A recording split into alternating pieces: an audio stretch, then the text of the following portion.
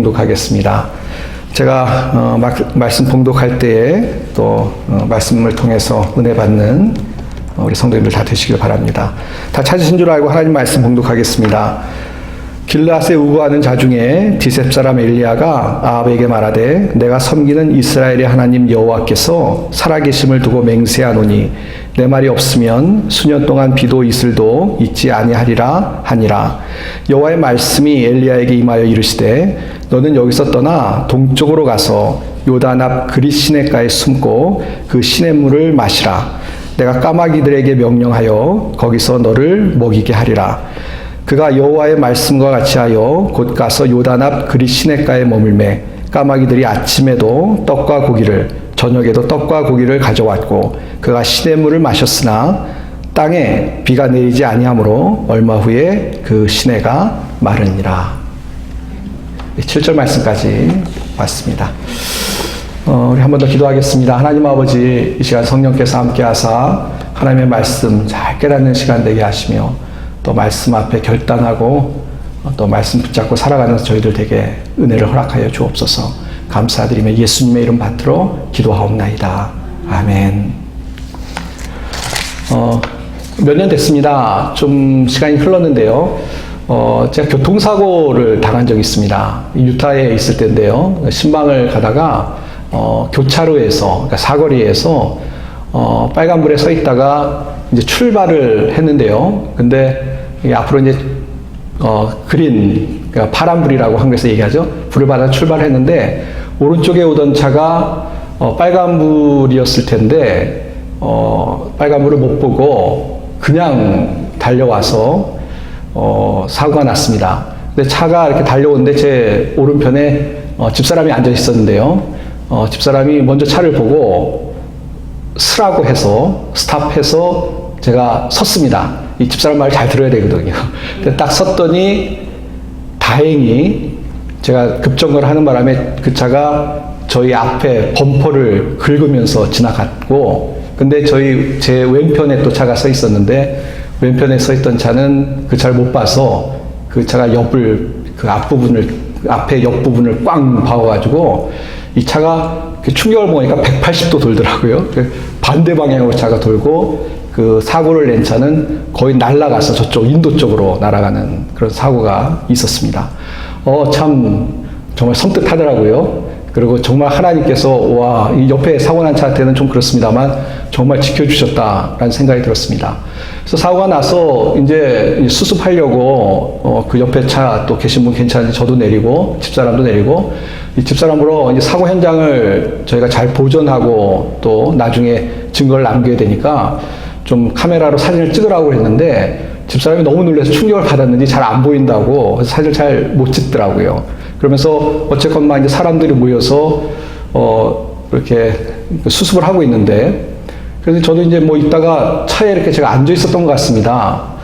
근데 누가 왔을 때 똑똑 두들기더라고요. 그래서 이렇게 봤더니 어떤 그 청년이 문을 두들기는데 저보러 차를 빼라는 거예요. 이제 거기 교차로에 서 있으니까 차를 빼라고. 근데 순간적으로 굉장히 머뭇거렸습니다. 왜냐하면 지금 사고 현장이기 때문에 잘못해서 차를 빼면은 나중에 누가 사고를 냈는지 이런 것들에 대해서 좀 복잡해지지 않을까. 이걸 차를 빼는 게 맞는가 안 맞는가 순간적으로 고민을 했습니다.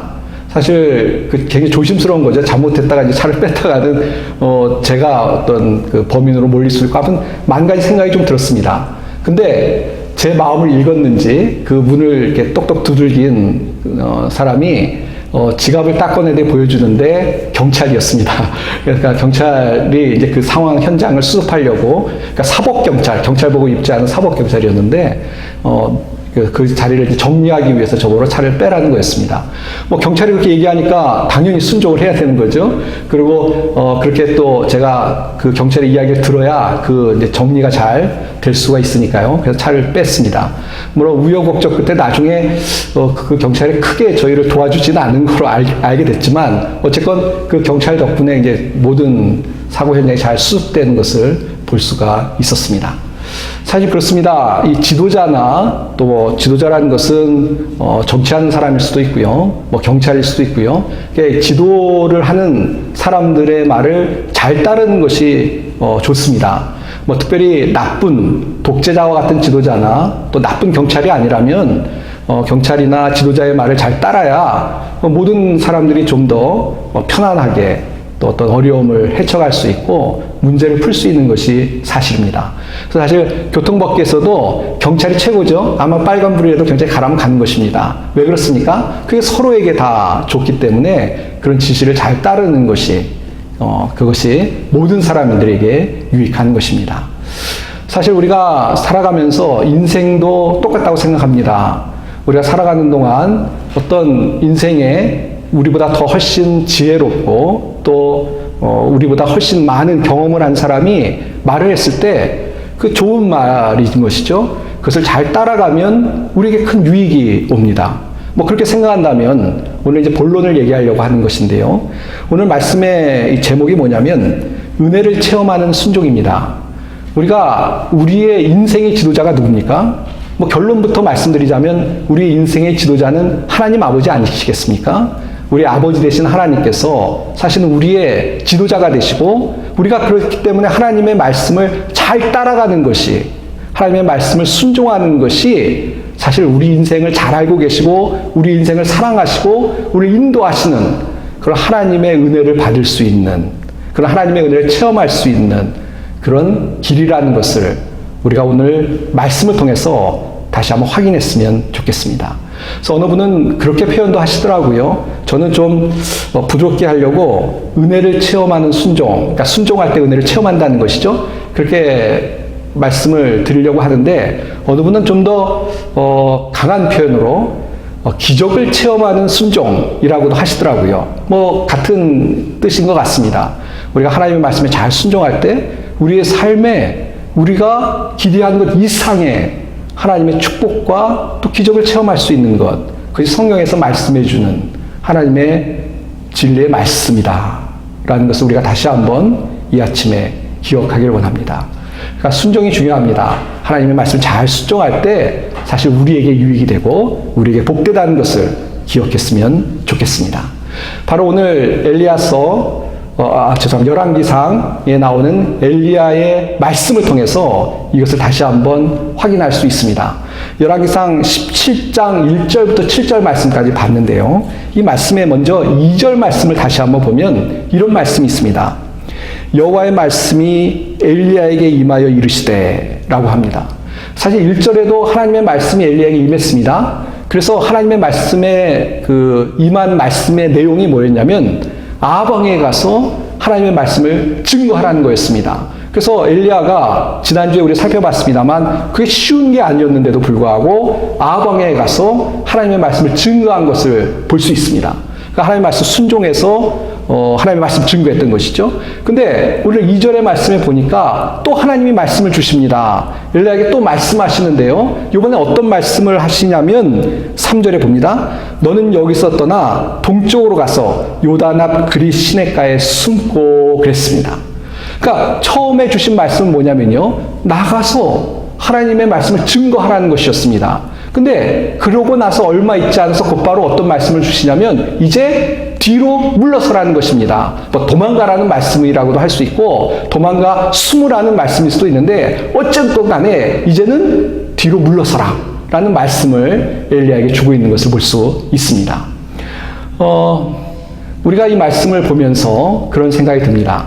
뭐 저 같으면 그렇게 생각했을 것 같아요. 아니 나가랄 때는 언제시고 또 나가라고 하자마자 금방 뒤로 물러서라고 후퇴하라고 말씀하십니까? 우리 하나님이 약간 조금 죄송합니다. 이런 표현을 써도 될지 모르겠습니다. 좀 변덕스러운 거 아니십니까? 라는 생각을 가질지도 모르겠습니다. 그만큼 어떻게 보면 이 반대의 180도 반대의 말씀을 하나님이 엘리야에게 주고 있는 것을 우리가 성경에서 볼 수가 있다는 것입니다. 사실 또 어떻게 보면 제 생각일지 모르겠습니다만 이 말씀을 받는 엘리야가 그렇게 편안하지는 않았을 것 같습니다. 이유가 뭐냐면 이 외부적으로 그런 생각이 좀 들 수도 있었다는 생각이 듭니다. 내가 지금 그렇게 복음을 증거하려고 탁 앞장섰다가 뒤로 후퇴를 하게 하라는 말씀을 따라서 후퇴를 하면 사람들이 뭐라고 말할까? 그런 생각이 좀 들지 않았을까 하는 그런 생각을 해봅니다. 아유, 그래, 쟤는 그럴 줄 알았어. 그냥 앞에 나설 때는 그런데 사실 봤더니 좀 비겁하고 딱 해보니까 정말 무시무시하고 그러니까 뒤로 물러서는 거 아니야. 라는 그런 비방과 조롱을 받을 수도 있지 않았을까라는 생각을 해봅니다.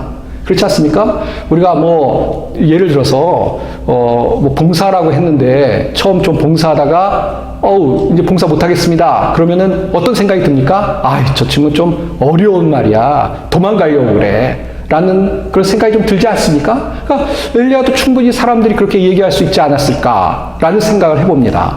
그냥 용기가 있어서 처음에 달려든 것처럼 보였지만 실제로는 용기 없는 사람이다. 라는 오해와 또 그런 어떤 비난을 받을 수도 있지 않았을까. 그런 생각을 엘리야가 충분히 할 수 있지 않았을까라는 생각을 해봅니다. 또 속으로도 그 외부의 것뿐만 아니라 내부적으로도 엘리야가 그런 생각을 좀 할 수 있지 않았을까 하는 생각을 갖는데요. 어떤 생각이냐면 하나님 앞에서 내가 지금 사역을 향해서 딱 도전을 했다가 물러선다는 것은 좀 실패한 거 아닌가. 기왕 한번 칼을 뽑았는데 뭐라도 베봐야 되지 않겠냐. 근데 내가 지금 물러선다는 것은 언제 또 하나님의 어떤 말씀, 명령을 따라서 또 주의 일을 할 수 있을까라는 그런 어떻게 보면 고민스러운 그런 마음이 들 수도 있는 그런 상황이 아니었을까 하는 생각을 갖습니다. 뭐 어떻게 보면 제 추측일 수도 있는데요. 충분히 가능한 추측이라고 생각합니다. 우리가 그렇지 않습니까? 무슨 일에 하나님께 부름을 받았는데 근데 갑자기 그걸 다 내려놓고 뭐 자의에 의해서건 타의에 의해서 물러난다는 것은 사실 그렇게 편안하고 좋은 것은 분명히 아닙니다. 뭐 그렇게 좀 예를 들면 좋을 것 같습니다. 뉴욕 같은 데서 굉장히 큰 무슨 회사에서 일을 하다가 갑자기 발령이 났는데요. 어디로 발령이 나냐면 아무도 모르는 미국의 시골로 발령이 나서 가게 되면 참 기분이 그렇게 편하지는 않을 거라는 생각이 듭니다. 제가 어디서 봤는데요. 진짜 찾아보니까 미국의 노웨어라는 곳이 있습니다. 우리말로 하면 뭐라고 표현할까요?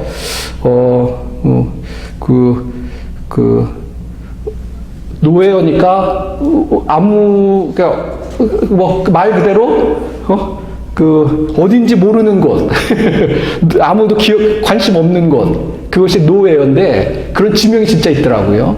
근데 그때도 TV에 보는데 그 곳이 나왔는데 시골이더라고요. 그러니까 뉴욕에 있다 아마 그런 곳에 가면 정말 내가 노웨어에 왔다라는 생각이 들지 않았을까 그런 생각을 해봅니다. 근데 어떻게 보면 좀 엘리야의 모습이 그런 모습 같습니다. 가라는 곳도 어디냐면요. 거기 보면 그릿 시냇가에 가 숨고 그랬죠. 그릿 시냇가가 어딘지 아마 잘 모르실 겁니다. 말 그대로 시냇가죠. 이렇게 사람들이 못 찾는 곳입니다. 아방이 못 찾는 곳으로 가는 것이죠. 그리고 우리가 아는 것처럼 엘리야는 길르앗 출신인데 길르앗도 아닙니다. 뭐 자기 고향에 가서 이렇게 있으라는 것도 아니고요. 전혀 낯선 곳, 아방이 찾지 못하는 그런 자그마한 곳에 가서 숨으라고 하나님이 말씀하고 있다는 것입니다. 참 오늘 말씀을 보면서 우리가 때로는 살아가는 동안에 엘리야와 같은 상황을 당할 수도 있다는 생각이 듭니다. 어떤 그런 상황을 맞닥뜨릴 수 있는 것이죠. 뭐냐면 하나님께서 무슨 뜻이 계셔서 우리에게 말씀하시거나 뜻이 계셔서 환경을 인도하시는데요. 우리가 참 이해하지 못하는 우리 생각으로는 좀 불편한 그런 환경을 만날 때도 있다는 것입니다. 그때는 우리가 처음에는 좀 당황스럽겠죠. 당황스럽고 하나님 이런 말씀에 제가 순종해야 될까요? 또 이런 환경에 제가 감사하고 따라야 될까요? 라는 고민도 할 수 있다라는 생각을 해봅니다. 물론 다 제 생각입니다. 왜냐하면 엘리야는 그렇게 생각하지 않았습니다. 한번 본문을 볼까요? 5절 말씀인데요. 그가 여호와의 말씀과 같이 하여 곧 가서 요단 앞 그릿 시냇가에 머물매. 성경은 뭐라고 지금 증거하고 있냐면 저는 만 가지 생각을 많이 했는데요. 엘리야는 속으로 무슨 생각을 했는지 모르겠습니다만 안 한 것 같아요. 어떻게 엘리야가 행동하냐면 하나님의 말씀을 따라서 순종하고 있는 그런 모습을 성경이 이야기하고 있습니다. 그래서 여호와의 말씀과 같이 그러니까 자기의 생각이 아니라 하나님이 말씀하신 대로 그대로 순종했다라고 성경이 말씀해주고 있는 것입니다. 특별히 거기 보면 곧 가서 그랬습니다. 곧이라는 게 뭐죠? 즉각적으로 갔다는 것입니다. 그러니까 이 하나님 말씀을 듣고요, 뭐 망설이거나 그런 것이 아니고 듣자마자 곧바로 하나님 말씀에 순종해서 갔다라고 성경이 말씀해주고 있는 것입니다. 우리가 이 타이밍이 중요합니다. 그렇죠? 뭐 순종을 하는데 한참 있다 생각하고 고민하고 다 버스 지나간 다음에 순종하면 안 되겠죠? 하나님 말씀하셨을 때 그때 곧바로 순종하는 그런 모습이 중요한데 엘리야가 바로 그렇게 순종했다라고 우리가 말씀을 통해서 깨닫게 되는 것입니다. 그렇습니다. 오늘 본문의 말씀을 통해서 우리가 깨달을 수 있는 것이 무엇입니까? 엘리야가 참 하나님의 사람이었습니다. 하나님께서 말씀하실 때 뭐 그것이 엘리야 입장에서 좀 어려운 말씀이라 할지라도 하나님 말씀하신 것 같이 또 그 말씀에 즉각적으로 곧 순종했던 엘리야의 신앙이 우리의 신앙이 되어야 될 줄 믿습니다. 하나님 말씀하실 때 순종하는 것이 성경에서 우리에게 주시는 하나님의 뜻이라는 것을 기억하는 우리 성도님들이 다 되시길 바랍니다. 사실 이 믿음이라는 것은요, 내가 진짜 하나님을 신뢰한다는 것은 뭐로 증명이 되냐면 내가 하나님의 말씀을 신뢰하는 것은 내가 순종하느냐 안 하느냐로 증명되는 줄 압니다. 정말 하나님을 믿고 하나님 의지하는 사람은 뭐라고 말씀하시건 간에 그 말씀에 순종하지 않겠습니까? 근데 믿음이 있다고 얘기하면서 하나님의 말씀에 순종하지 않는다는 것은 사실은 말은 믿는다고 하지만 그렇지 정말 마음속으로 하나님을 신뢰하고 믿지 않는다는 것을 보여주는 것이 아닌가라는 생각을 하게 되는 것입니다. 이 순종에 관해서는 성경에 너무나 자주 우리에게 가르쳐주는 말씀인데요. 출애굽기 40장에 보면 이스라엘 백성들이 애굽에서 출애굽해서 가나안으로 가는 이야기 중에 이런 말씀이 있습니다. 출애굽기 40장 36절 37절인데요. 구름이 성막 위에서 떠오를 때에는 이스라엘 자손이 그 모든 행하는 길에 앞으로 발행하였고 구름이 떠오르지 않을 때에는 떠오는 날까지 발행하지 아니하였으며 라는 말씀이 있습니다. 무슨 얘기냐면요. 하나님께서 이 구름 기둥을 통해서 이스라엘 백성들을 인도하시는데요. 근데 이스라엘 백성들이 하나님의 인도를 어떻게 받았냐면 구름이 딱 떠올려서 앞으로 가요. 그럼 따라가면 됩니다. 근데 구름이 멈춰요. 움직이지 않습니다. 그럼 이스라엘 백성들도 행군을 멈추고 그 자리에 머물러 있습니다. 그러니까 구름으로 인도하신 하나님을 따라서 가기도 하고 멈추기도 하는 그런 모습에 이스라엘의 행진하는 모습을 소개하고 있는 것입니다. 이것이 바로 이스라엘 백성들을 통해서 이 순종이 무엇이냐 우리가 다시 한번 생각해 보는 것인데요. 하나님 가라면 가는 거고 멈추라면 멈추라는 것이 순종이다 라는 생각을 갖게 됩니다. 뭐 이것도 제 생각입니다만 이런 것이죠. 막 열심히 목욕하고 있다가도 구름이 딱 움직이면 중단하고 가는 겁니다. 그리고 나는 오늘 뭐 날씨도 좋고 몸도 좀 이렇게 날씨는 좋은데 몸은 찌뿌둥하고 그래서 좀 쉬어야 되겠다라는 생각을 가져도 구름 움직이면 또 움직이는 것입니다. 또 오늘은 컨디션이 좋아서 좀 많이 가야지 라고 생각해도 구름이 멈춰 있으면 멈춰 있는 것. 그것이 하나님께서 이스라엘 백성에 주신 말씀이었고 또 이스라엘 백성이 그 말씀에 따라 행진했을 때 하나님의 인도함을 받아서 광야를 지나서 그래서 가나안 땅으로 갈 수가 있었던 것입니다. 어떻게 보면 굉장히 단순하기도 하고 좀 극단적이기도 하지만 이 말씀이 우리에게 주는 교훈은 분명한데요. 우리가 하나님께 초점을 맞추고 하나님의 인도하심을 받는 것이 중요한 것이다 라는 것을 보여주는 말씀입니다. 누가복음 5장에도요. 이 순종에 관한 말씀이 있습니다. 누가복음 5장 5절 6절인데요. 시몬이 대답하여 가로되 선생이여 우리들이 밤이 맞도록 수고하였을 때 얻은 것이 없지만은 말씀에 의지하여 내가 그물을 내리리다 라는 말씀이 있습니다. 거기 보면 이 베드로가 예수님을 만났어요. 근데 어떤 일이 있었냐면 베드로가 밤새 고기를 잡으려고 했는데 잡지 못했습니다. 근데 예수님께서 오셔서 그 그물을 어느 쪽에 내리라고 말씀을 하셨어요. 그 말씀을 듣고 베드로가 하는 고백이 바로 방금 전에 읽은 그 말씀인데요. 내가 밤새 수고를 해서 얻은 게 없지만 말씀을 의지하여 내가 그물을 내리겠습니다. 라고 베드로가 고백하는, 순종하겠다라는 그런 고백을 우리가 말씀을 통해서 보게 되는 것입니다. 사실 순종이라는 것은 이런 것이다 라는 것을 이 말씀을 통해서도 우리가 알 수 있는데요. 사실 베드로는 어부 출신입니다. 어부도 아주 베테랑 어부인 것이요. 그런데 그런 전문 어부였던 베드로가 고기를 밤새 못 잡았습니다. 그러니까 전문가가 실패를 한 것이죠. 근데 예수님이 짜잔 나타나셔서 말씀하셨을 때, 근데 그걸 생각을 그 전에 베드로가 5만 가지 생각을 다 했겠죠. 근데도 못 잡았습니다만 그냥 예수님의 말씀을 의지하여 그물을 내리겠다라고 순종하는 그런 모습이 성경의 소개가 되고 있는 것입니다. 그 결과는 나중에 우리가 또 보겠습니다만, 하나님께서 우리에게 말씀하실 때 순종하는, 또 예수님께서 베드로에게 말씀하신 순종하는 이 모든 것이 우리에게 순종이 얼마나 중요한지, 때로는 내 생각도 내려놓고 하나님의 뜻에 따르는 것이 순종이라는 것을 우리에게 보여주는 줄 믿습니다. 사실 베드로처럼 물고기를 잡는 이야기나 이스라엘 백성처럼 행진하는 이야기가 아니라도 우리의 삶 가운데 우리가 분명한 하나님의 말씀을 듣고 그 말씀에 순종해야 될 것은 너무나 많이 있습니다. 예를 들면 이런 것이죠.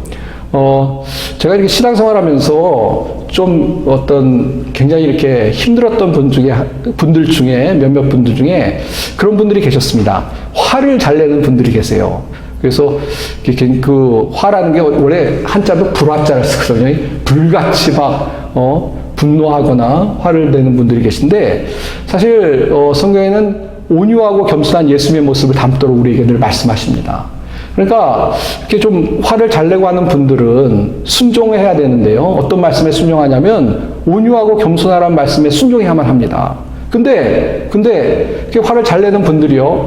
내가 여태까지 이렇게 살았는데 내 성질대로 살 거야. 그러고 계속 화를 내는 것은 당연히 순종이 아니라 불순종인 것입니다. 그러니까 사실 우리의 삶 가운데 순종은 나하고 뭔 문제야, 이렇게 얘기하시면 안 되는 것이죠. 내가 무슨 이스라엘 백성처럼 광야를 가는 것도 아니고 베드로처럼 물고기를 낚는 것도 아닌데 그러시면 안 되고요. 각자에게 하나님께서 필요한 말씀을 주시고 각자에게 하나님께서 원하시는 기대가 있는데요. 그 말씀에 순종하는 그것이 마땅한 우리의 신앙의 모습이 되어야 된다는 것을 기억하며 살아갈 수 있는 우리 성도님들이 다 되시길 바랍니다. 근데 왜 그렇게 순종해야 되느냐? 하나님이 말씀하시니까 순종하는 게 당연한 것이고요. 그러나 오늘 생각할 것은 뭐냐면 바로 그런 우리의 순종을 통해서 하나님이 우리에게 은혜를 주신다는 것입니다. 그렇기 때문에 우리가 이 순종해야 될 이유가 거기에 있다는 것입니다. 우리가 하나님의 말씀에 따라 순종할 때 우리에게 손해가 되고 우리가 피해를 입는 것이 아니라 오히려 하나님의 은혜를 체험할 수 있는, 그것이 바로 순종을 통해서 하나님이 일하시는 것이라는 것을 우리 성도님들이 기억하시기를 바랍니다. 그 말씀이 이제 그 뒤에 나오는 것이죠. 자, 보세요. 이렇게 하나님 말씀하셨을 때 엘리야가 순종했습니다. 그러고 나서 어떤 일이 있었냐면요. 6절 말씀 봅니다. 까마귀들이 아침에도 떡과 고기를, 저녁에도 떡과 고기를 가져왔고 그가 시냇물을 마셨으나 그랬습니다. 거기 보면 어떤 일이 일어나죠? 하나님의 말씀에 순종해서 그리시네가에 숨었을 때 사실 그곳에 뭐가 있겠습니까? 아무것도 없을 것 같은데 하나님께서 그런 모든 엘리야의 형편과 처지를 아시고 아침 저녁으로 까마귀를 통해서 먹을 걸 공급해 주시고 또 시냇가의 물을 통해서 살아갈 수 있는, 생존할 수 있는 그런 은혜를 주셨다는 것입니다. 사실은 이것은 하나님께서 그 전에 그렇게 하겠다고 말씀하신 건데 그 약속의 말씀을 이루어 주신 것이죠. 참 얼마나 놀랍습니까? 정말 하나님의 말씀에 순종했을 때 하나님께서 엘리야를 책임져 주셨다는 것입니다. 엘리야가 오히려 이렇게 숨는 것 같이 그리시네가에 갔을 때 하나님께서 엘리야의 삶에 놀라운 하나님의 은혜를 베푸셨다라는 것을 성경이 말씀해주고 있는 것입니다. 사실 거의 기적이죠. 까마귀가 아침 저녁으로 떡과 고기를 날른다는 것이 뭐 상상할 수 없는 우리의 인간의 어떤 능력은 아니고 막 하나님께서 하신 일이라는 것을 우리가 볼 수가 있습니다. 요즘은 안 그런데 저희 집에 이 다람쥐들이 가끔 옵니다. 베란다에 다람쥐들이 오는데 아침 저녁 다람쥐들이 떡과 고기를 날른다면 아마 제가 사진 동영상을 찍어서 우리 성도님들한테 볼 것 같습니다. 근데 그런 일이 실제로 일어나는 것이죠. 저는 그런 생각이 듭니다. 까마귀가 떡과 고기를 날라서 그것을 먹는 것이 엘리야에게도 기쁨이 됐을 겁니다. 그러나 저는 그것보다도 그런 어떤 하나님의 기적의 역사를 보면서 떡과 고기를 먹는 것 때문에 엘리야가 기뻤기도 하겠지만 그것보다 오히려 이게 놀라운 일이다. 어떻게 보면 영적인 만족, 하나님의 역사, 하나님 살아계신 것을 보는 그런 영적인 기쁨이 크지 않았을까라는 생각을 갖습니다. 엘리야가 앞으로도 뭐 하나님의 일을 많이 해야 될 텐데요.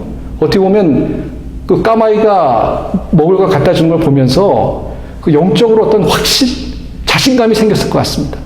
그러니까 하나님이 어떻게 보면 앞으로 엘리야를 사용하시기 위해서 이런 어떤 신앙의 확신을 통해서 준비하셨다라는 생각을 갖게 되는 것입니다. 그러니까 엘리야로서는 하나님 말씀에 순종했을 때 앞으로 사역을 감당할 수 있는 어떤 신앙적인 큰 은혜를 체험하는 그런 계기가 되었다는 것입니다. 엘리야뿐만 아니라 하나님의 말씀에 순종하는 우리에게 주시는 약속의 말씀인 줄 믿습니다. 우리가 하나님의 뜻을 잘 분별하고요. 우리에게 향하신 하나님의 뜻에 순종할 때 정말 순종을 통해서 하나님의 은혜를, 하나님의 기적을, 하나님의 축복을 체험하며 살아갈 줄 믿습니다. 사랑하는 성도 여러분, 주님의 말씀에 순종함을 통해서 이런 하나님의 은혜를 경험하며 살아가는 우리 모든 성도들이 다 되시길 바랍니다. 알고 보면 신앙생활에 왜 우리가 힘이 없습니까?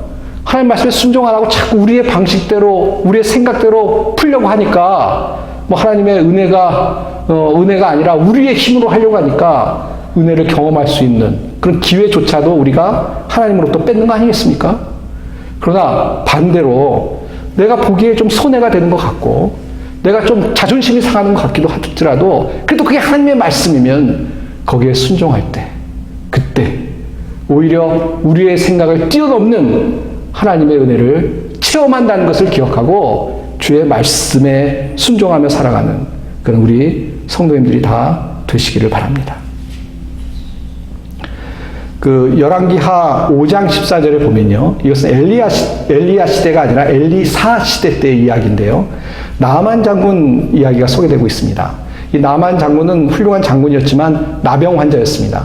근데 하나님의 사람이 있고 하나님의 사람이 이렇게 사람을 고친다. 또 하나님께서 사람을 고쳐주신다는 이야기를 듣고 먼 곳에서 와서 이제 엘리사를 만나게 됩니다. 근데 엘리사가 나아만의 이야기를 듣고 뭐라고 이렇게 전달을 하냐면 요단강에 가서 7번 몸을 담그라 라는 이야기를 합니다. 근데 나아만이 그 엘리사의 이야기를 전해 듣고요. 분노합니다. 화를 냅니다. 아니 나아만이 그런 이야기를 하죠. 아니 내가 이렇게 왔는데 말이야. 와서 그 상처 부위에 이렇게 좀 만지고 좀 이렇게 하기도 하고 그래야 되는데 오지는 않고 강에 가서 몸을 7번 담으라고 그런단 말이야? 그러면서 막 화를 내죠. 불같이 화를 냅니다. 근데 다행히 그 밑에 있는 이제 수하에 있는 신하들이요. 아니 무슨 큰 일을 시켜도 몸이 나으려고 원하면 할 텐데 그거 못 하겠습니까? 라는 이야기를 하고 그 이야기를 듣고 가서 요단강에 가서 몸을 7번 담급니다. 그때 어떤 일이 일어나죠? 그 성경의 표현대로 하면 어린아이 살같이 깨끗해졌다.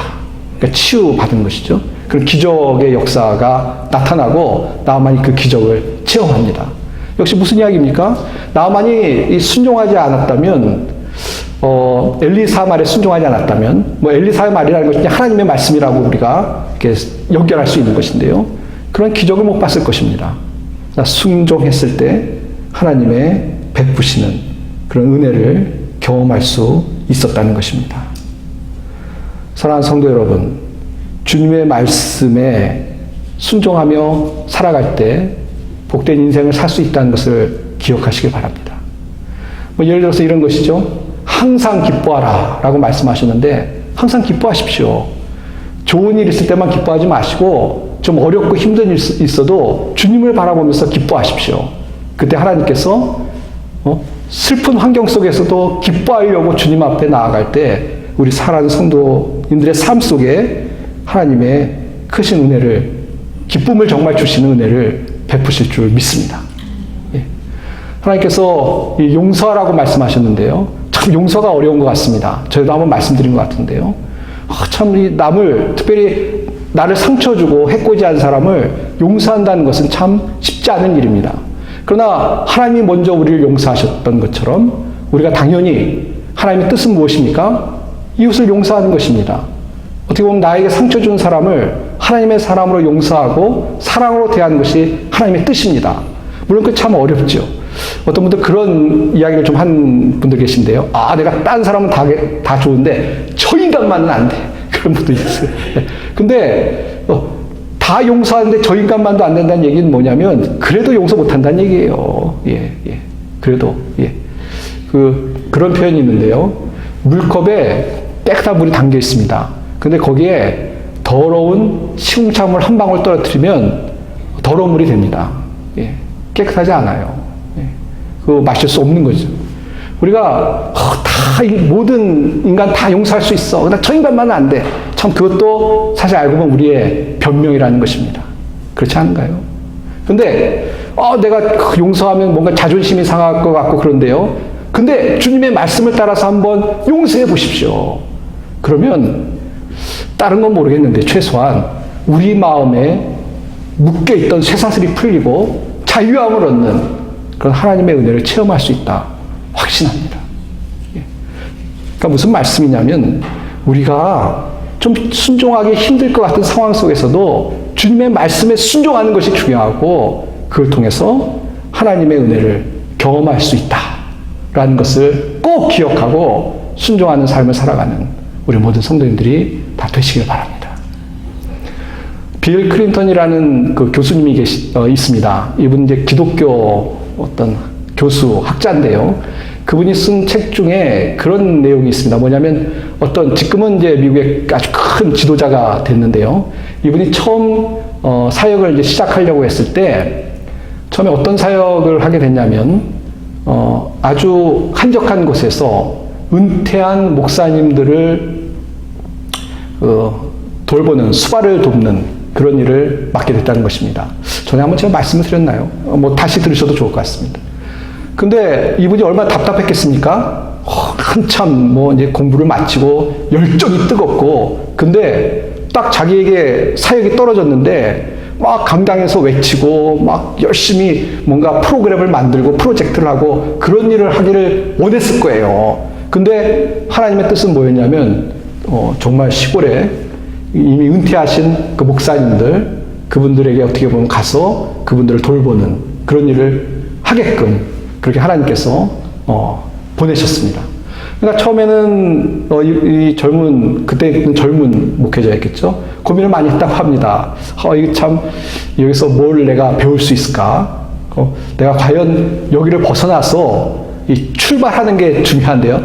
빨리 출발해야 멀리 갈 수 있으니까 달리기처럼 처음에 이게 뭔가 거창한 일로 출발을 해야 되는데 내가 너무 이렇게 지금 어떻게 보면 출발선에서 왔다 갔다 하는 게 정체되어 있는 것은 아니냐 고민을 했을 겁니다. 근데 말씀에 이제 순종해야 되는 것이죠. 그래서 순종해서 거기서 이제 머물면서 이렇게 어르신들을 돌보는 일을 했다는 것입니다. 그런데 본인은 그때 몰랐었는데요. 어떤 결과가 나타나냐면 때가 되니까 하나님께서 이 사람을 들어서 어떤 큰 일을 할 수 있는 자리로 부르셨고요. 그리고 그 자리로 가서 보니까 그동안 거기서 있었던 것이 헛된 것이 아니라 하나님 다 계획이 있었던 거죠. 헛된 것이 아니라 거기서 은퇴한 목사님을 통해서 이분이 훈련을 받은 거예요. 어떻게 보면 평생을 목회하신 분들의 그 엑기스와 같은 그런 말씀을 듣고 훈련을 이미 받아서 준비가 되고 또 뭐냐면 그 목사님을 찾아왔던 사람들이 있을 거 아니에요. 후배라든지 이런 찾아온 분들이 왔을 때 이 젊은 목회자를 보면서 교제를 쌓았는데 나중에 사역자의 자리에 가니까 그런 어떤 교제한 것들이 자기의 어떤 영적인 또 자기의 어떤 그 사역의 자산이 되어서 하나님의 일을 할 수 있었다라는 그런 이야기를 책에서 읽은 적이 있습니다. 그러니까 하나님 말씀에 순종했을 때 하나님께서 더 큰 은혜를 부어주신 그런 예라고 생각이 듭니다. 사랑하는 성도 여러분, 다시 한번 이 강조드리고 함께 기도하길 원합니다. 우리가 어떠한 상황 속에서건 하나님의 말씀을 분별하고 그 말씀에 순종하는 것이 우리에게 은혜로 하나님의 은혜를 체험하는 길이고 우리에게 하나님의 놀라운 축복과 또 하나님의 기적의 역사를 경험하는 그런 길인 줄 믿습니다. 사랑하는 성도 여러분, 주님의 말씀의 순종을 통해서 이런 놀라운 하나님의 은혜를 체험하며 살아가는 우리 모든 성도님들이 다 되시기를 주님의 이름으로 축원드립니다. 기도하겠습니다. 하나님 아버지, 은혜와 사랑을 감사합니다. 우리 삶에 말씀하시는 하나님의 음성을 분별할 수 있게 하시고 또 우리에게 주시는 말씀대로 순종하며 살아갈 수 있는 저희들이 되게 도와주시옵소서. 저희들 참 어리석고 교만하고 또 욕심도 많아서 하나님 말씀하셔도 저희들 뜻대로 살려고 자꾸 할 때가 너무 많습니다. 하나님 저희들 용서하시고 불쌍히 여기셔서 하나님 말씀 앞에 순종하고 그래서 하나님이 예비하신 은혜를 체험하며 살아가는 저희들이 될 수 있도록 축복하여 주옵소서. 주의 은혜를 감사드리며 우리 주 예수님의 이름 받들어 기도하옵나이다. 아멘.